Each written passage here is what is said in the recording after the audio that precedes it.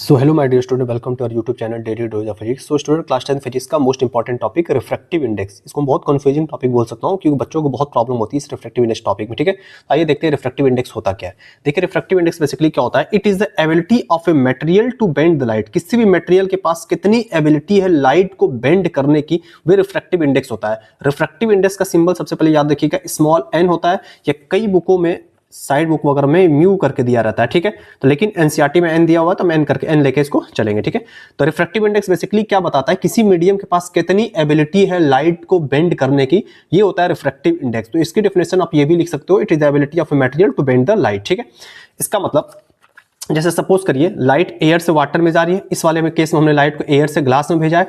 इस वाले केस में हमने लाइट को एयर से डायमंड में स्ट्राइक कराया है। ठीक है, अब देखिए जब लाइट एयर से वाटर में जा रही है तो उस केस में देखिए लाइट ये आई आपके, और ये जब जैसे ही लाइट वाटर में गई तो लाइट की बेंडिंग हो गई। ठीक है, देखिए लाइट जब एयर से वाटर यानी रेयर मीडियम से डेंसर मीडियम में लाइट जाती है तो लाइट बेंड होती है टुवर्ड्स द नॉर्मल। देखिए लाइट बेंड हुई है टुवर्ड्स द नॉर्मल, लेकिन लाइट की जो बेंडिंग हुई है ना, देखिए यहाँ पर एंगल आर कहाँ पर होगा? ये एंगल आर आपका यहाँ पर होगा, क्योंकि कोई भी एंगल हम किससे मेजर करते हैं? नॉर्मल से। तो ये है नॉर्मल इसका, ये है रिफ्रैक्टेड है, तो इसका एंगल आर है। तो यहाँ पर जो भी लाइट की बेंडिंग हुई है एंगल आई और ये एंगल आर, ये लाइट की बेंडिंग किधर है? टुवर्ड्स द नॉर्मल हुई है। इस वाले केस में देखिए यहाँ पर लाइट की भी बेंडिंग हुई है, इस वाले केस में यहाँ भी लाइट की बेंडिंग हुई है। तो हम ये देख रहे हैं तीनों केस में अगर ध्यान से देखा जाए कि लाइट की बेंडिंग वहां पर ज्यादा हो रही है जो मीडियम ज्यादा डेंसर है। जो मीडियम डेंसर मीडियम कहने का मतलब ये होता है कि जैसे कोई सपोज करिए एक डायमंड हमने लिया, एक ग्लास लिया और एक वाटर लिया, तीन मीडियम हमारे पास है।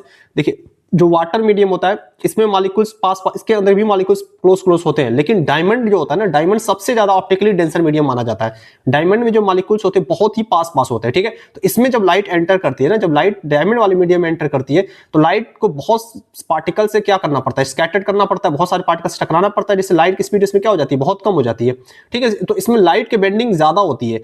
जब ग्लास की बात करूं तो डायमंड के कंपेरिजन में ग्लास के मॉलिक्यूल्स थोड़े, देखो ग्लास के मॉलिक्यूल्स, ग्लास के अंदर जो मॉलिक्यूल्स होते हैं ये भी पास पास होते हैं, लेकिन डायमंड कंपेरिजन में थोड़े दूर होते हैं।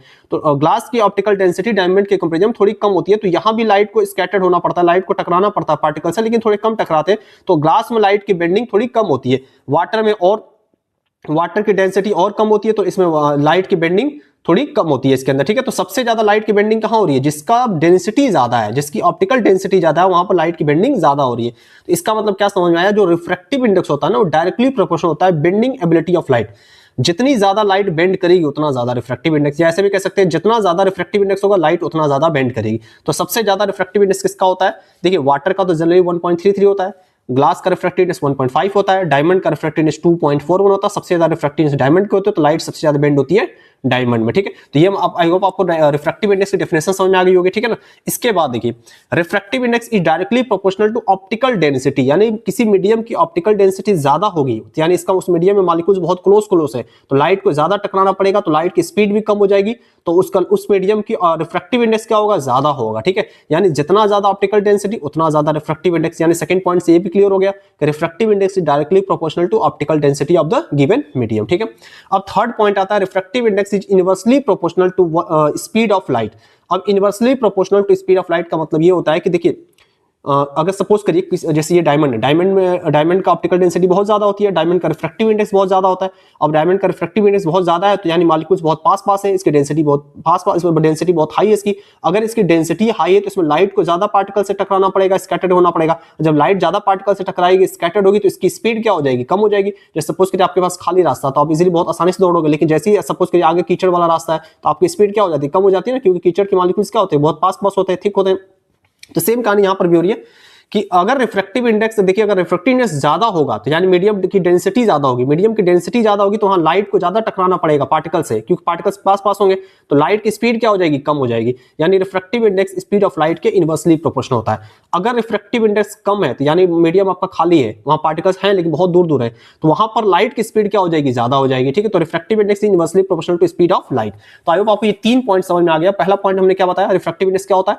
It is ability of a material to bend the light. Refractive index directly proportional to bending ability of light. ज्यादा बेंडिंग ज्यादा रिफ्रैक्टिवनेस, कम रिफ्रैक्टिवनेस कम बेंडिंग लाइट की। ठीक है, सेकंड पॉइंट हमने क्या बताया? Refractive index directly proportional to optical density. Third point हमने क्या बताया? Refractive index is inversely proportional to speed of light. Speed of light ज्यादा चाहिए तो रिफ्रैक्टिवनेस कम होना चाहिए, स्पीड ऑफ लाइट कम चाहिए तो रिफ्रैक्टिव इंडेक्स ज्यादा होना चाहिए। जनरली जो रिफ्रैक्टिव इंडेक्स हम निकालते हैं एयर या वैक्यूम का, वो 1 होता है। रिफ्रैक्टिव इंडेक्स जो एयर और वैक्यूम का होता है 1 होता है, 1 के आसपास अप्रॉक्सिमेटली 1 होता है रिफ्रैक्टिव इंडेक्स। ठीक है, अब देखिए रिफ्रैक्टिव इंडेक्स बुक वगैरह में आप जाओगे डेफिनेशन देखोगे तो रिफ्रैक्टिव इंडेक्स की डेफिनेशन आपको ये मिलेगी। रिफ्रैक्टिव इंडेक्स में क्या बताया जाता है, the ratio of speed of light in vacuum, vacuum मतलब एयर वाला ही ले रहे हम, the ratio of speed of light in vacuum to the speed of light in material या medium is called refractive index. Ratio of speed of light in vacuum to speed of light in material और medium is called refractive index. Mathematically अगर मैं इसका formula लिखूं तो देखिए क्या होता है, रिफ्रैक्टिव इंडेक्स का सिंबल एन होता है, n is equal to speed of light in vacuum upon में speed of light in material, या इसको हम मीडियम भी बोल सकते हैं।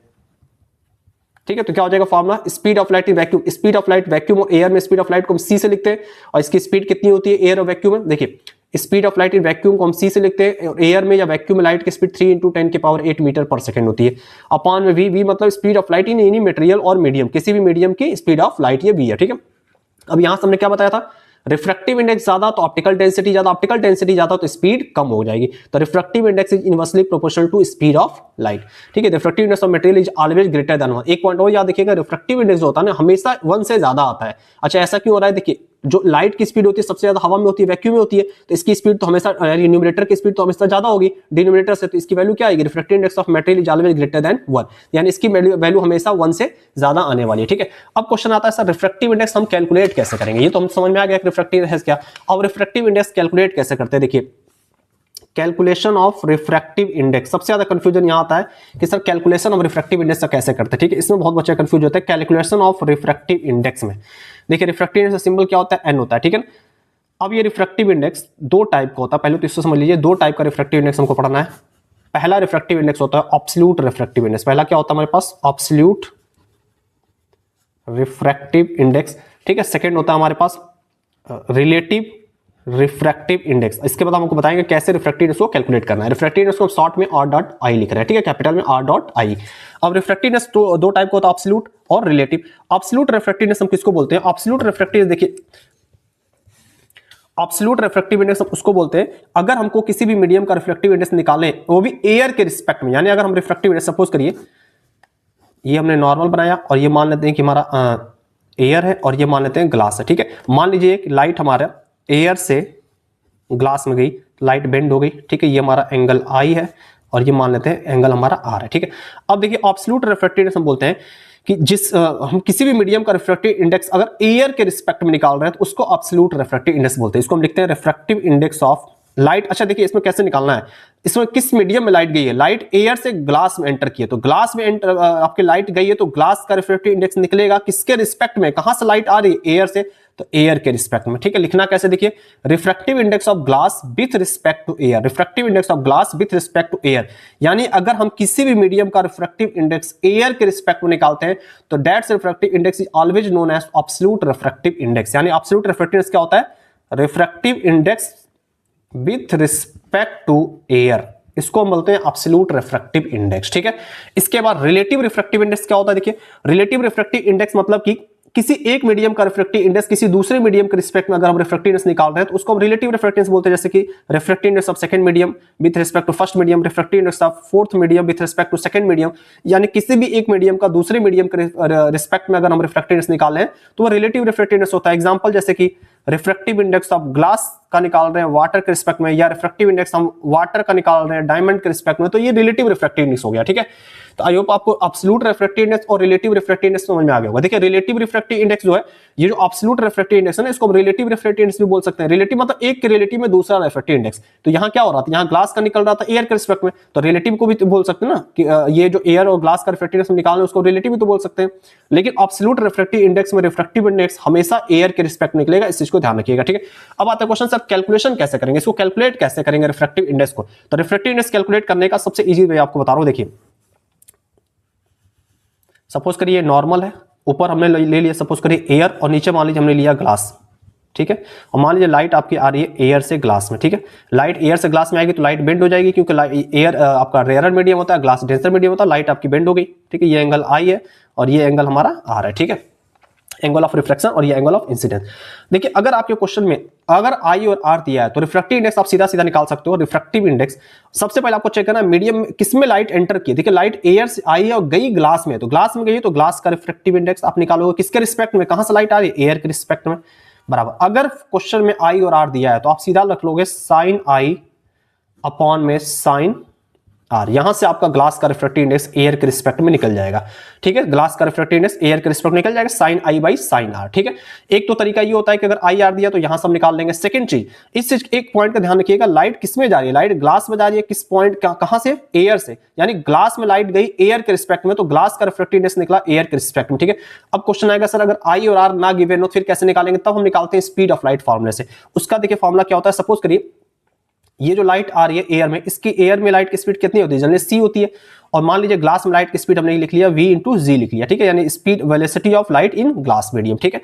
अगर इस तरीके से अगर आपको आई और आर नहीं गिवन है, तब अगर आपको ये रिफ्रैक्टिव इंडेक्स निकालना है तो कैसे निकालोगे, देखो refractive index of glass with respect to air is equal to, इसमें एकदम सीक्वेंस एकदम सीधा याद रखिए, लाइट जहां से आ रही है उसको उसकी स्पीड को ऊपर लिखना है, जिस मीडियम में लाइट जा रही है उसकी स्पीड को नीचे लिखना है। तो लाइट कहां से आ रही है, एयर से, तो एयर की स्पीड क्या होती है लाइट की, सी होती है, speed of light in air, upon में किसमें जा रही है, speed of light in glass में, तो उसकी स्पीड को हम क्या लिखेंगे, वीजी लिखेंगे, velocity of light in glass. तो ये फॉर्मूला इसमें सीधा सीधा लगाना है। अब यहां से एक चीज और देख सकते हो कि जो रिफ्रैक्टिव इंडेक्स आया है वे inversely proportional speed of light in glass, यानी कि मीडियम जो है, ग्लास जो मीडियम है उसके इनवर्सली प्रोपोर्शनल आ रहा है रिफ्रैक्टिव इंडेक्स, यानी ये कंडीशन भी हमारी सेटिस्फाई हो रही है कि रिफ्रैक्टिव इंडेक्स क्या होता है, आपके स्पीड के इनवर्सली प्रोपोर्शनल होता है, स्पीड के इनवर्सली प्रोपोर्शनल यहां पर होता है, ठीक है। तो एक तरीका तो ये है रिफ्रैक्टिव इंडेक्स निकालने का, ठीक है। एक तरीका और आपको समझा दें इसमें, वो भी देख लीजिए, एक दो एग्जांपल और लेकर आपको एक्सप्लेन कर रहे हैं। सपोज करिए इस बार हमने थोड़ा सा इंटरफेस चेंज किया, ऊपर हमने ले लिया वाटर और नीचे हमने लिया मान लीजिए ग्लास,